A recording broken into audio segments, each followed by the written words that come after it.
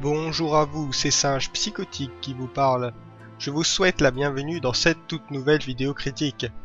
Aujourd'hui, je vais vous parler d'un des films les plus attendus de cette année 2013. Vous l'aurez compris, aujourd'hui on va parler du Hobbit, la désolation de Smaug. Alors je suis content de faire cette vidéo critique pour deux raisons. Alors la première parce que je vous cache pas que j'ai vraiment adoré ce film. Franchement, j'ai vraiment trouvé ça sympa. Et la deuxième, c'est que même si j'ai adoré ce film, eh bien, il comporte pas mal de défauts. Et donc du coup, eh bien, je vais pouvoir expliciter mon avis en essayant de le nuancer avec les défauts que j'ai pu rencontrer lors du visionnage de ce même film. Alors déjà, moi, ce que j'ai vraiment bien aimé dans ce film, c'est que il a un rythme absolument effréné. Je trouve que le rythme du film est vraiment impeccable. Alors il y a de l'action vraiment, mais tout le temps, du début à la fin. Si bien que les 2h40 de film passent vraiment très vite. Et puis en termes d'action, eh bien, ce sont des scènes d'action qui sont vraiment très intéressantes. On a un combat contre des araignées, on a la fameuse scène avec les tonneaux, on a la scène avec le dragon aussi, enfin vraiment, il y a de l'action mais vraiment tout le temps. Et ça, je trouve que c'est vraiment très intéressant parce que ça veut dire déjà que le film, eh bien, s'assume pleinement en tant que divertissement. Et ça, c'est important de le souligner. Mais qu'en plus, eh bien, c'est un bon divertissement. Voilà. Alors déjà, si on part de ce point de vue-là, oui, eh bien, on se dit que le film est réussi. Tout simplement. Alors maintenant, c'est un bon divertissement, mais est-ce que ce film va plus loin que le simple divertissement? Eh bien c'est là le problème, c'est que non, ce film est vraiment un pur divertissement hollywoodien, comme on en voit vraiment fréquemment dans le paysage hollywoodien. J'entends par là que oui, les personnages sont correctement caractérisés. Oui, la direction artistique du film est exceptionnelle. Et oui, on entre littéralement dans cet univers que Peter Jackson a créé à l'aide eh bien des écrits de J.R.R. Tolkien. Alors oui, petite parenthèse, parce que j'ai eu un débat vraiment très intéressant avec un ami qui a vu le film en salle avec moi. Donc un débat sur qu'est-ce qu'une adaptation et en quoi on peut dire qu'une adaptation est-elle réussie ou pas. Alors je vais vous épargner un peu eh bien tout ce que on a dit lors de cette discussion, mais je peux vous assurer que pour moi en termes d'adaptation, eh bien ce film est une bonne adaptation. Voilà. Alors j'entends par là que Peter Jackson et son équipe artistique ont livré leur propre interprétation du livre de J.R.R. Tolkien et que par conséquent il n'y a aucun problème à ce que Peter Jackson et son équipe eh bien, prennent des libertés par rapport au livre, même des libertés qui sont complètement, qui peuvent paraître hérétiques, si je puis dire, par rapport à l'œuvre originale, voilà. Alors, disons que c'est une façon, eh bien, de s'approprier un univers, voilà. Pour moi, il y a l'adaptation et la retranscription, et là nous sommes en face d'une adaptation. Donc moi ça me dérange absolument pas quand Peter Jackson et ses scénaristes décident d'intégrer un nouveau personnage féminin à l'intrigue alors que ce personnage n'était pas présent dans le matériau original. Voilà. Donc je tiens vraiment à préciser ça parce que en fait je pense que pour avoir un avis objectif sur ce film, c'est-à-dire vraiment pour juger le film tel qu'il est, indépendamment de l'œuvre originale qu'il adapte. Voilà. Je pense que c'est vraiment très important de cadrer ça. Donc je referme cette parenthèse pour continuer eh bien, sur les points positifs que j'ai dégagés de ce film. Alors plus avant, j'ai dit que les personnages étaient correctement caractérisés. Alors en fait, moi je trouve que les personnages de ce film sont vraiment très attachants. Je trouve que vraiment on s'y attache, même certains nains eh bien, qui étaient un petit peu anecdotiques dans l'épisode précédent bénéficient d'un développement de sa personnalité. Je pense notamment à Kili, qui a même le droit à une romance avec Thorgel. Alors ça c'est un point que je vais un petit peu parler plus après dans cette vidéo. Mais enfin bref, globalement je trouve que les personnages sont attachants, mais malheureusement ces personnages sont... c'est du déjà vu, voilà. Tous ces personnages, ce sont des personnages qui sont déjà vus et qui, eh bien, qui ne disposent pas eh bien, d'une caractérisation vraiment ultra poussée, voilà. Et donc c'est un petit peu dommage, même le personnage de Thorin qui évolue... par rapport au premier film, qui du coup est pas le même personnage dans ce deuxième film que dans le premier film, qui a une évolution assez intéressante, et bien est un personnage qui globalement est assez simple au niveau de sa caractérisation, voilà. Donc c'est un petit peu dommage, mais bon, on est face à un blockbuster et comme je l'ai dit précédemment, on est face à un divertissement. Et donc il faut pas s'attendre à des personnages ultra développés au niveau de leur caractérisation.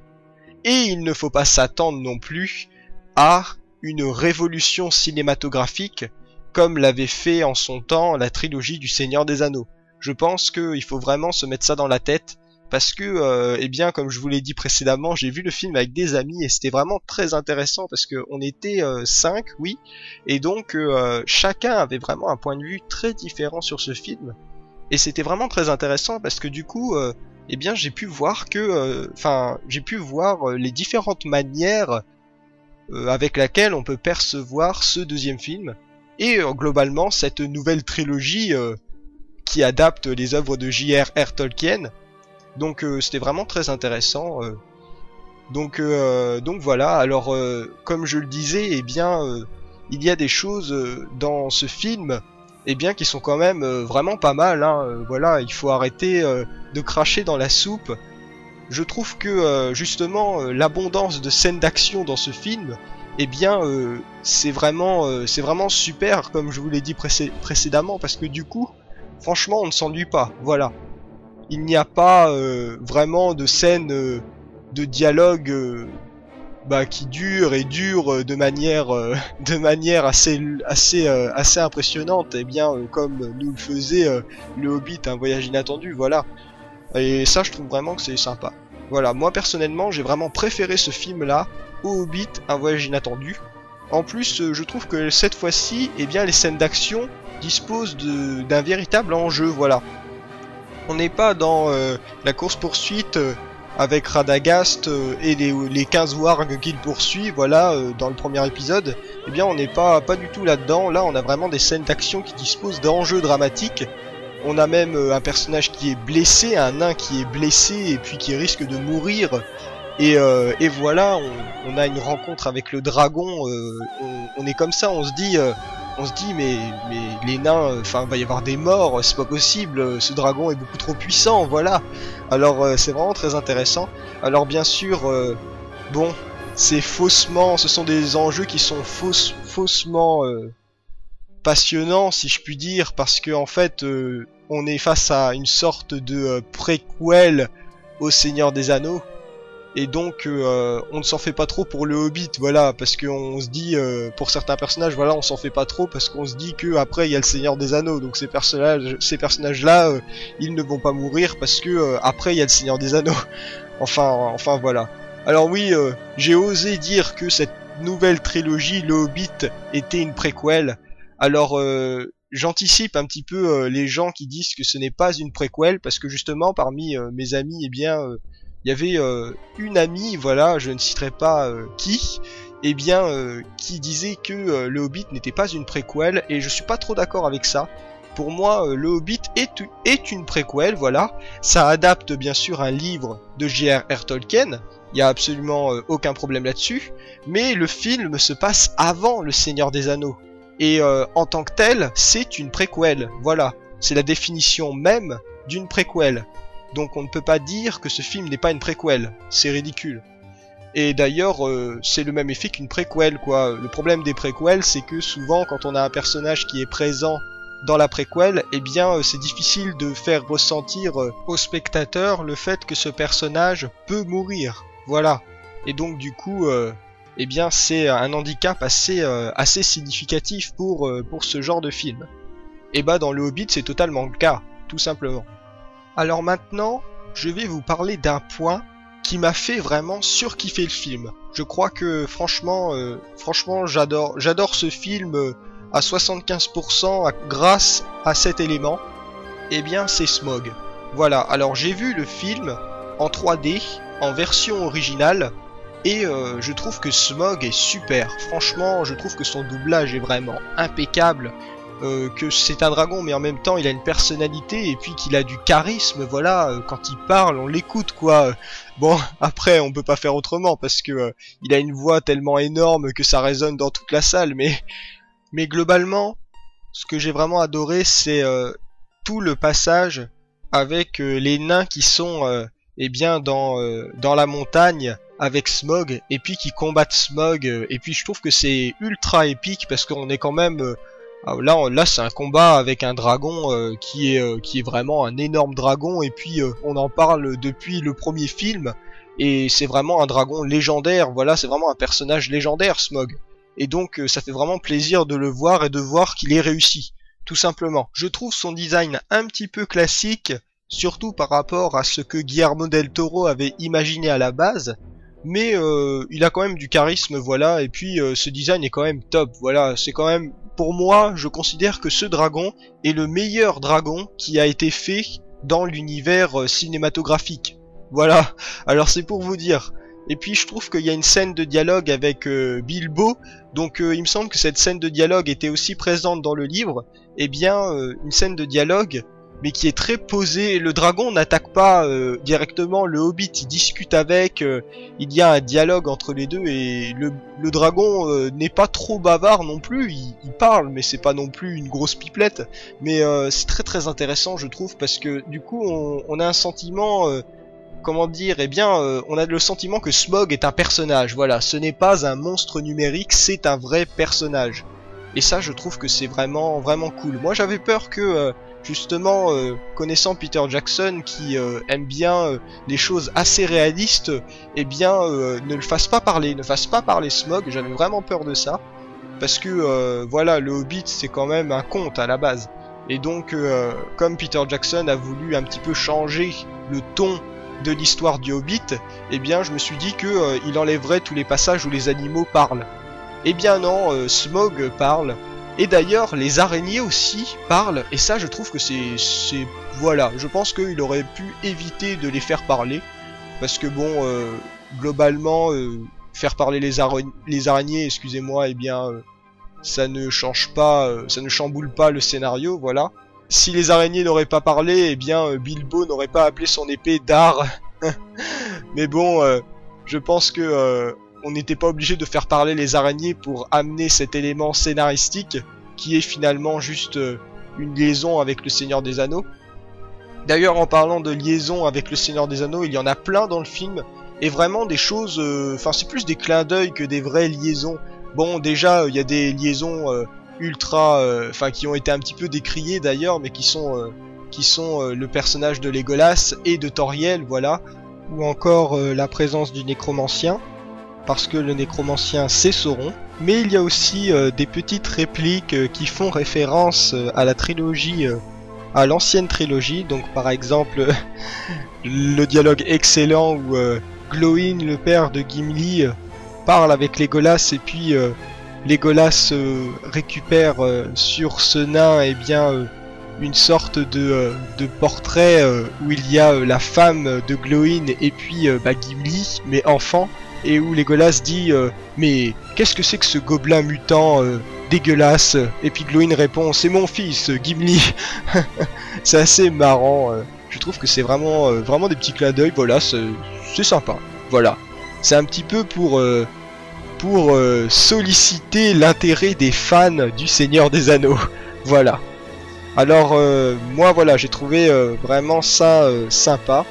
Alors il y en a plein dans le film, hein, des petits clins d'œil comme ça, mais c'est assez sympathique, voilà. Moi j'ai trouvé que c'était plutôt bien placé à chaque fois, et puis que c'était pas lourd, voilà.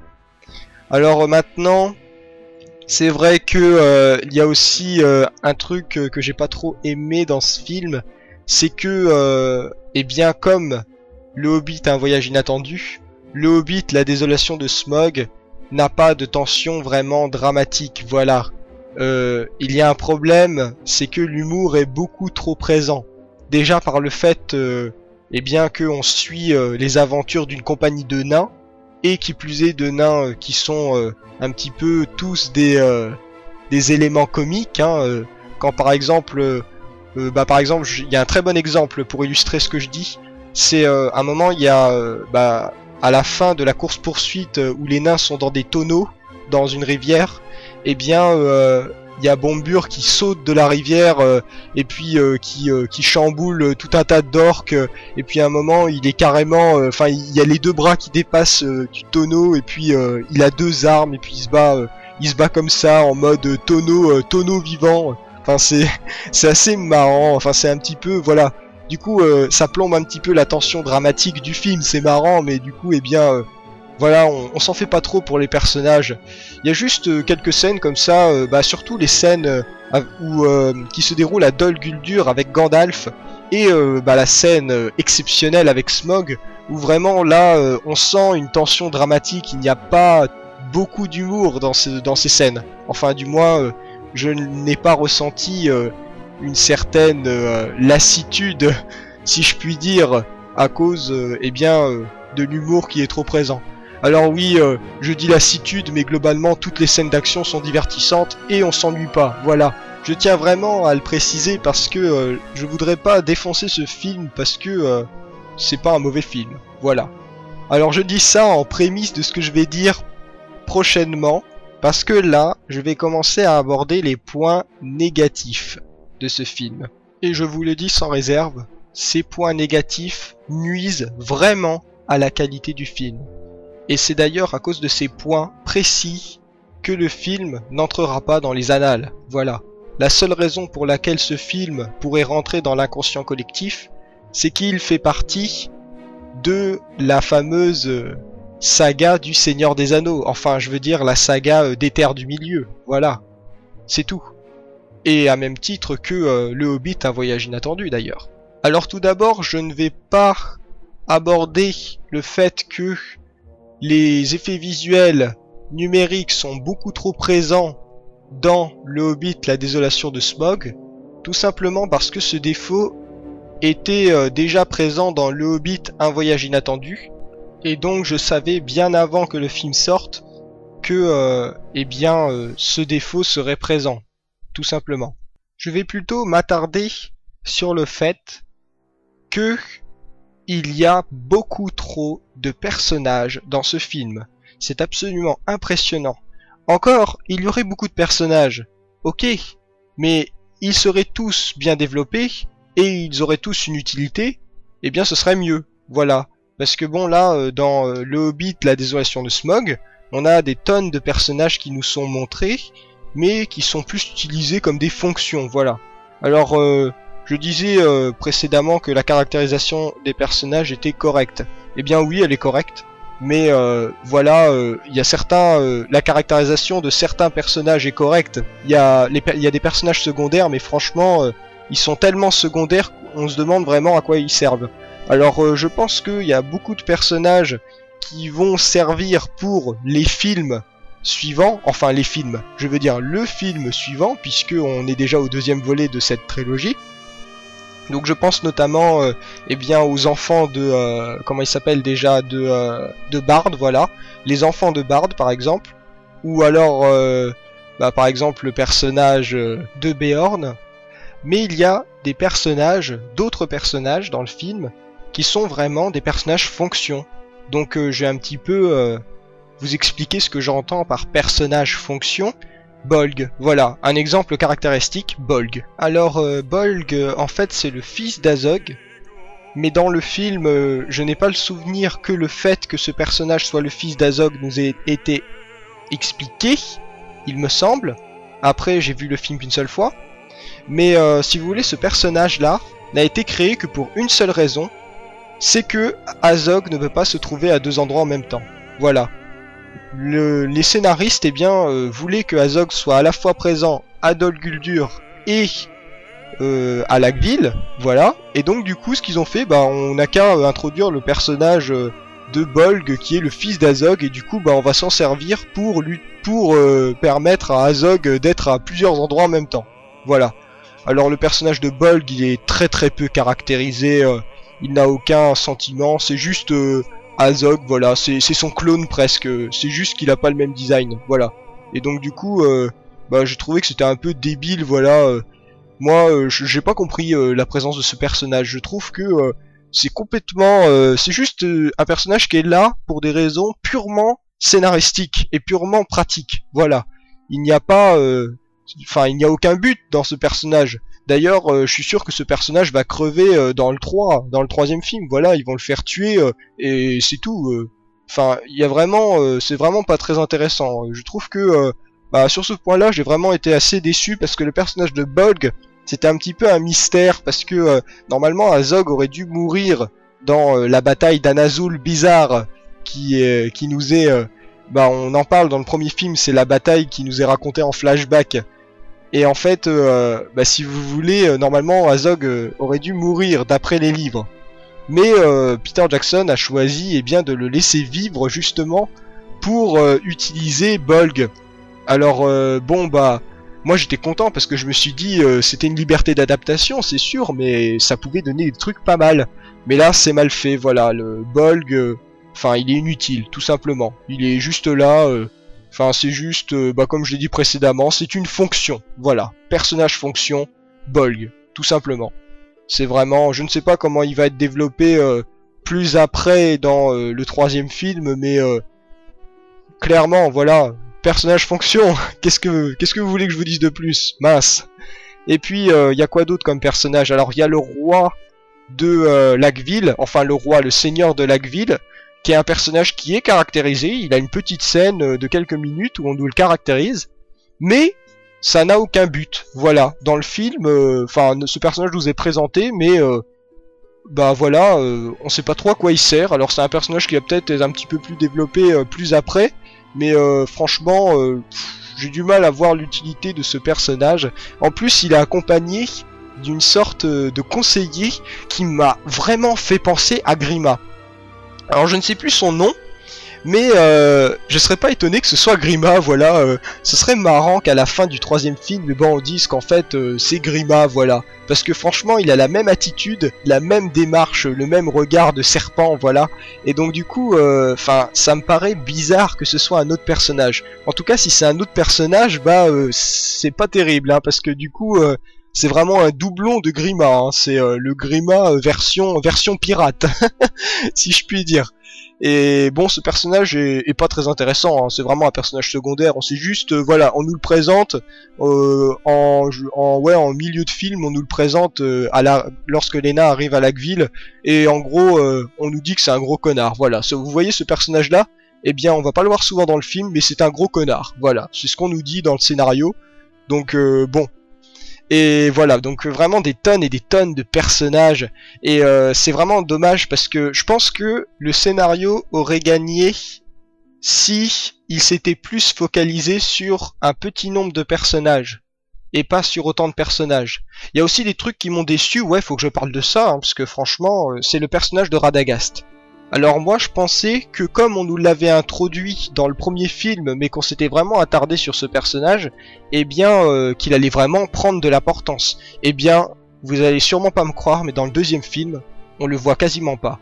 Je crois qu'on doit le voir 5 minutes, 5-6 minutes, voilà, on le voit quasiment pas. Impressionnant. Et donc du coup, bah je me pose des questions, je me dis, est-ce que ça valait vraiment le coup d'intégrer ce personnage? Parce que là, franchement, il sert à rien, tout simplement. Il est là...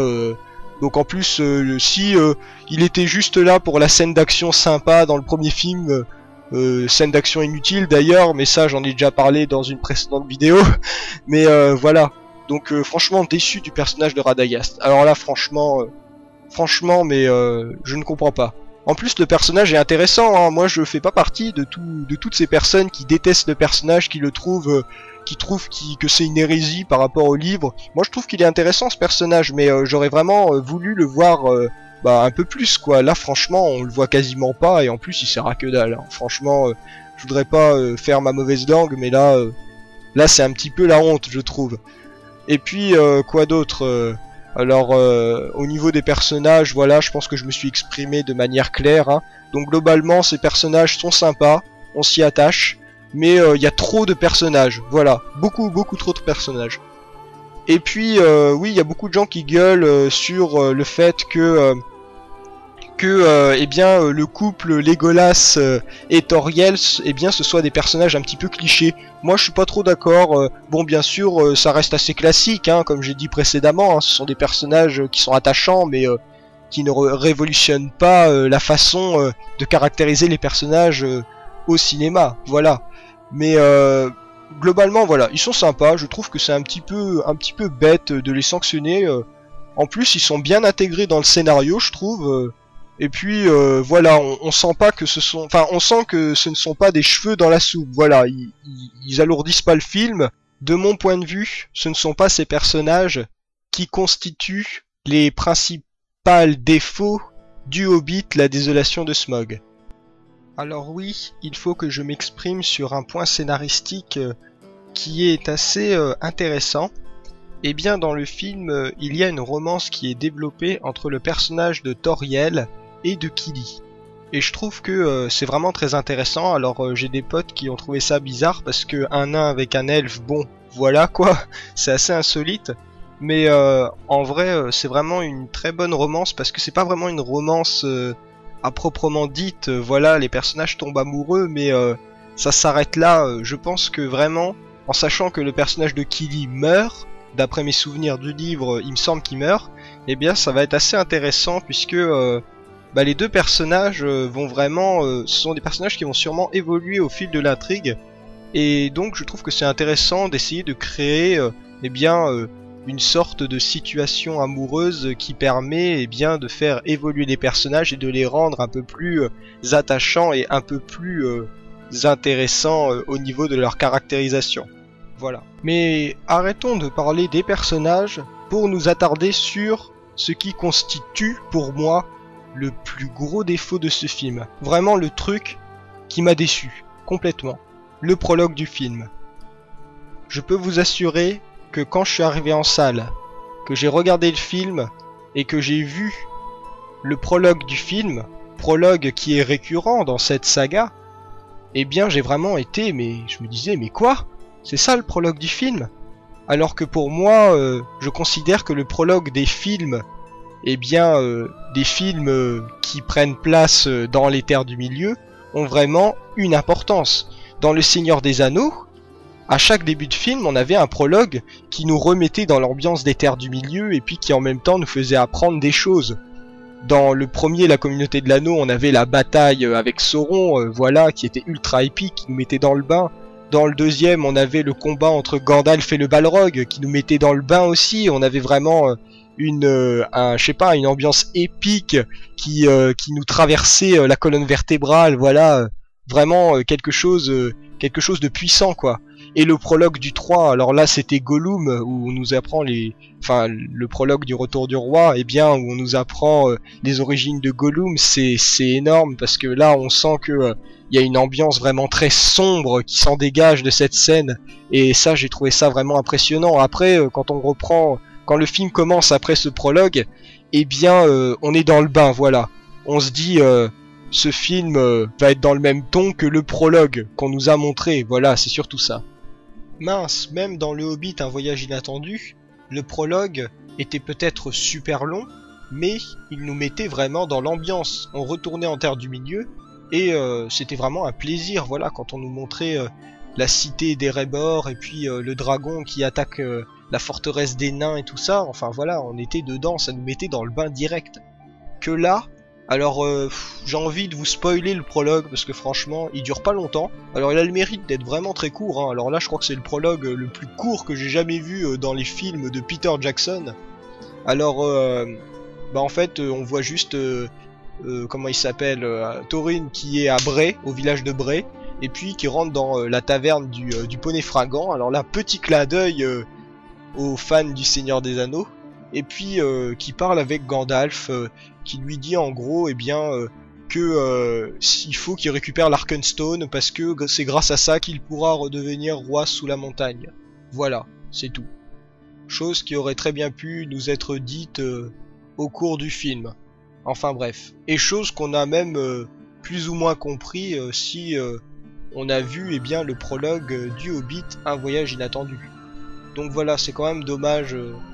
On sent que le mec, que les scénaristes et le réalisateur manquaient d'inspiration pour ce prologue. Ils se sont dit, mince, qu'est-ce qu'on fait? Je sais pas, ils savaient pas quoi. Ils savaient pas quoi mettre dans ce prologue, et ça se voit. Et c'est dommage, parce que moi j'aurais bien voulu vraiment un prologue épique, vraiment quelque chose de fort, de puissant, qui nous fasse rentrer dans le bain. Voilà. Et puis, quoi d'autre? Eh bien... ça fait partie d'un des défauts, vraiment le défaut qui m'a gâché le film un peu parce que j'étais un petit peu déçu, voilà. Mais s'il y avait que ça, parce que je peux vous assurer qu'il y a encore un autre défaut qui lui m'a pas du tout laissé indifférent. Alors c'est la fin du film, voilà. La fin du film, c'est un cliffhanger, mais un cliffhanger de ouf quoi. Vraiment, je trouve ça vraiment dommage que le Hobbit soit parti dans cette direction. Dans le Hobbit, un voyage inattendu, on ouvrait des portes et on les refermait pas. Et dans Le Hobbit, la désolation de Smaug, on ouvre de nouvelles portes, mais on ne les referme pas non plus. C'est assez triste de dire ça, mais c'est exactement le cas. Voilà. À la fin du film, on voit Smaug qui s'envole vers Lackville et qui dit ouais, je vais attaquer Lackville, je vais leur péter la gueule et tout ça. Et voilà, fin. C'est le cliffhanger de ouf, et puis je trouve que c'est pas terrible parce que du coup ça fait un film qui est, enfin voilà, ça fait série télé, voilà. Pour moi, c'est pas un film. Je veux dire, dans Le Seigneur des Anneaux, comme je l'ai dit, j'avais un petit peu expliqué ça dans ma vidéo où je faisais la vidéo que j'ai postée il y a déjà quelques temps, où je parlais un peu du Hobbit, un voyage inattendu, et de mes attentes sur la désolation de Smaug.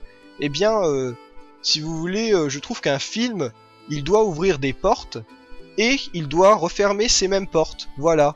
Même dans le cas où ce film s'inscrit pleinement dans une trilogie, comme le prouve Le Seigneur des Anneaux. Dans chaque épisode du Seigneur des Anneaux, quand on ouvrait des portes, eh bien les principales portes qui ont été ouvertes, eh bien sont refermées à la fin de chaque film. Dans Le Seigneur des Anneaux des Deux Tours, eh bien quand on nous parle, on nous présente le royaume du Rohan. Au début, ce royaume est en perdition, et à la fin, eh bien le royaume est sauvé. Voilà. C'est aussi simple que ça. Et dans le Hobbit, c'est pas du tout le cas, voilà, tout simplement. Et je suis triste, hein, parce que je suis sûr que dans le 3, ça va être exactement la même chose. Hein. Je pense, dans le 3, Smaug va mourir, donc on va refermer quelques portes quand même. Mais il y a pas mal de portes qui vont rester ouvertes. Hein. Le truc du toute l'intrigue du nécromancien, comme le nécromancien c'est Sauron, eh bien la porte va rester ouverte pour faire une sorte de pont entre la trilogie du Hobbit et le Seigneur des Anneaux. Ouais, il y a plein de choses qui vont rester en suspens, et ça, j'ai horreur de ça. Je trouve que, ça fait, voilà, le Hobbit, ce n'est pas une trilogie de films, c'est un film en 3 parties. Ça pourrait très bien s'appeler Le Hobbit partie 1, Le Hobbit partie 2 et Le Hobbit partie 3, voilà. Alors, bon, c'est un petit peu dommage. Franchement, ça me gêne vraiment. La fin du film me gêne vraiment. Quand le film était terminé, j'étais un peu déçu, je me suis dit, oh non, ils auraient quand même pu tuer Smaug. Enfin, ça aurait rien coûté, quoi. Une scène de bataille de 20 minutes où on voit Smaug qui se bat avec les personnages de Lackville et puis qui se fait tuer, et voilà. Et ensuite, on fait un petit cliffhanger avec l'armée du nécromancien qui arrive, qui aurait pu être vraiment... Enfin, je sais pas, ça aurait pu être génial, ça aurait fait les prémices de la bataille des 5 armées, voilà. Un plan sur l'armée du nécromancien qui avance, tout simplement. Et ça aurait été mieux. Parce que là, franchement, je suis un petit peu déçu là par la fin. Franchement, je la trouve pas parce que je suis frustré, hein. Je la trouve pas je suis pas déçu de cette fin parce que je suis frustré. Non. De toute façon, je n'aurais aucune raison d'être frustré puisque j'ai lu le livre. Et donc du coup, je sais comment Smaug va mourir. Et même si le film est un petit peu différent du livre, eh bien, on devine aisément comment Smaug va mourir. Mais je suis quand même déçu que le film ne referme pas toutes ses portes, quoi. Bon. Alors maintenant, un autre défaut que j'ai noté, c'est... j'avais déjà dit, mais bon, c'est... tout ce qui se passe en début de film, où il rencontre Beorn. J'étais un petit peu déçu parce que, comme je l'ai dit précédemment, Beorn est un personnage qu'on développe un petit peu, mais qui ne sert pas au film. Mais qui servira sans doute pour le 3e film. Mais franchement, moi je m'attendais vraiment à mieux, hein. Je m'attendais vraiment à ce que le film soit construit de cette manière, c'est-à-dire qu'on ait une première partie de film qui dure entre 20 et 30 minutes, où on replace le contexte, et si vous voulez, cette partie-là se serait située chez Beorn. Voilà, on nous aurait à la fois présenté le personnage de Beorn, mais en plus, Beorn aurait sûrement dit des indications qui auraient permis aux nains d'avancer dans leur quête, et pas quand je parle d'indication, c'est pas juste il montre le chemin, voilà, c'est pas quelqu'un qui va servir de GPS, c'est pas un personnage qui se sert de GPS, non, il aurait pu je ne sais pas moi expliciter des choses à propos de Smaug, enfin je sais pas je ne suis pas scénariste, mais voilà, voilà, en tant que spectateur, j'ai été un petit peu déçu de cette première partie qui est très rapide. De toute façon, le Hobbit, la désolation de Smaug est un film très rapide, très rythmé, il y a de l'action tout le temps. Je peux vous assurer que après le prologue il fait 6 minutes, un truc dans le genre, 6 minutes, ouais, 6-7 minutes.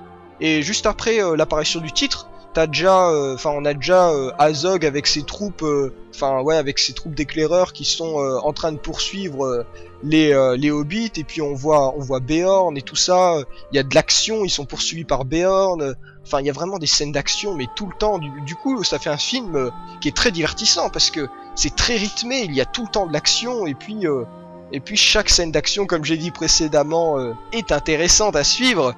Mais du coup, moi, j'ai eu l'impression de me retrouver devant un bête film d'action. Ouais, clairement, un bête film d'action d'Heroic Fantasy. C'est un petit peu dommage, surtout qu'on parle quand même d'un film qui est censé être ancré dans l'univers du Seigneur des Anneaux, dans l'univers cinématographique, j'entends là.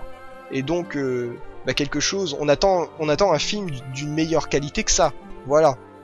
Moi, en voyant Le Hobbit, la désolation de Smaug, j'ai eu l'impression de me retrouver en face de Star Wars, la revanche des Sith. Alors oui, vous allez me dire, mais putain, mais ça n'a rien à voir. Bah en fait, moi, je trouve que, si vous voulez, le Star Wars, la revanche des Sith, c'était un petit peu le même problème. C'est-à-dire que le film était très très divertissant, il y avait beaucoup d'action, c'était super sympa. Mais les personnages étaient développés un petit peu à la va-vite, ils étaient attachants, mais pas plus que ça, voilà. Le film manquait de profondeur.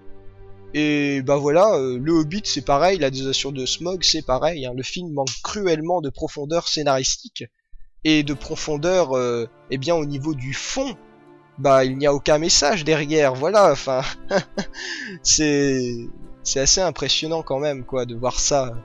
Bon, il est temps de conclure. Alors avant de conclure, il faut que je vous dise que l'enregistrement que je suis actuellement en train de faire, je le fais alors que le film, je l'ai vu il y a à peine, maintenant 2 heures, voilà, j'ai vu le film il y a 2 heures.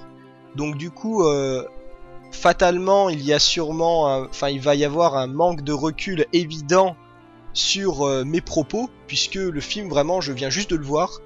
Et d'ailleurs, je pense que je vais le revoir d'ailleurs, mais cette fois en VF, pour voir un petit peu, eh bien, de quoi il en retourne au sujet de la voix de Smaug en VF. J'ai vraiment hâte de voir à quoi elle ressemble.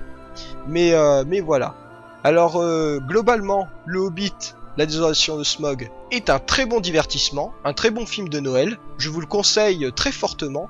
Mais je vous conseille aussi très fortement de voir Le Hobbit, un voyage inattendu avant, parce que ce film ne fonctionne absolument pas tout seul. Voilà, il faut absolument avoir vu Le Hobbit, un voyage inattendu avant, voire même avoir vu Le Seigneur des Anneaux avant pour certains trucs, pour vraiment saisir tout le film. Et donc voilà, franchement, je vous encourage à aller le voir, il est sympa, mais ne vous attendez pas à un chef-d'œuvre. Voilà, c'est pas un chef-d'œuvre. Donc voilà, je pense que j'ai exprimé clairement mon avis sur ce film. Je tiens à remercier les gens qui se sont abonnés à ma chaîne. Franchement, ça me touche beaucoup. Et aussi les gens qui ont vu mes vidéos et qui me suivent. Franchement, je trouve ça vraiment sympa de votre part. Et je vous dois une reconnaissance éternelle.